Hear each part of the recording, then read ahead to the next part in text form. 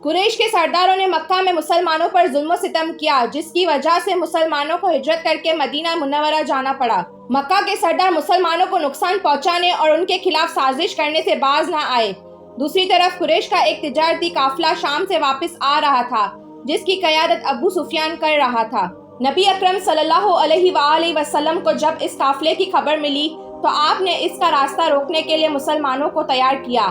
قریش کو بھی اس کی اطلاع مل گئی اور وہ مسلمانوں کے خلاف لڑائی کے لیے تیار ہو گئے۔ مسلمانوں کی تعداد بہت کم تھی، تقریباً 313 افراد تھے، جن میں 2 گھوڑے اور 70 اونٹ تھے اور ان کے پاس محدود ہتھیار تھے۔ اس کے مقابلے میں قریش کا لشکر 1000 جنگجوؤں پر مشتمل تھا، جن کے پاس بہترین اسلحہ اور گھوڑے تھے۔ مسلمانوں کی تعداد اور سوز و سامان بہت کم تھا، لیکن ان کا ایمان مضبوط تھا اور وہ اللہ پر بھروسہ رکھتے تھے۔ 17 رمضان کو دونوں افواج بدر کے میدان میں آمنے سامنے آئیں۔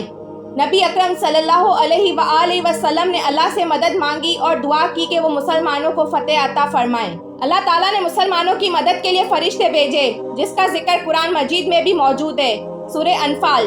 جنگ میں مسلمانوں نے دلیری اور شجاعت کا مظاہرہ کیا۔ مسلمانوں کو فتح حاصل ہوئی اور قریش کو شکست کا سامنا کرنا پڑا۔ قریش کے 70 سردار مارے گئے اور 70 افراد کو قید کیا گیا۔ مسلمانوں کے صرف 14 افراد شہید ہوئے۔ قریش کے بڑے بڑے سردار جیسے ابو جہل، عتبہ بن ربیعہ اور ولید بن عتبہ جنگ میں مارے گئے۔ یہ جنگ اسلام اور مسلمانوں کے لیے ایک اہم سنگ میل ثابت ہوئی۔ اس فتح نے مسلمانوں کے حوصلے بلند کیے اور ان کی عسکری طاقت میں اضافہ ہوا۔ اس جنگ کے بعد مدینہ میں مسلمانوں کی پوزیشن مضبوط ہوئی اور اسلام کو جزیرہ نما عرب میں مزید پھیلنے کا موقع ملا۔ یہ جنگ حق و باطل کے درمیان ایک اہم معرکہ تھا، جس نے مسلمانوں کو آنے والے چیلنجز کا سامنا کرنے کے لیے تیار کیا۔ غزوہ بدر کا یہ معرکہ اللہ کی نصرت اور ایمان کی طاقت کا واضح ثبوت تھا، جس نے ثابت کیا کہ جب مسلمان اللہ پر بھروسہ کرتے ہیں تو وہ کامیابی ضرور حاصل کرتے ہیں۔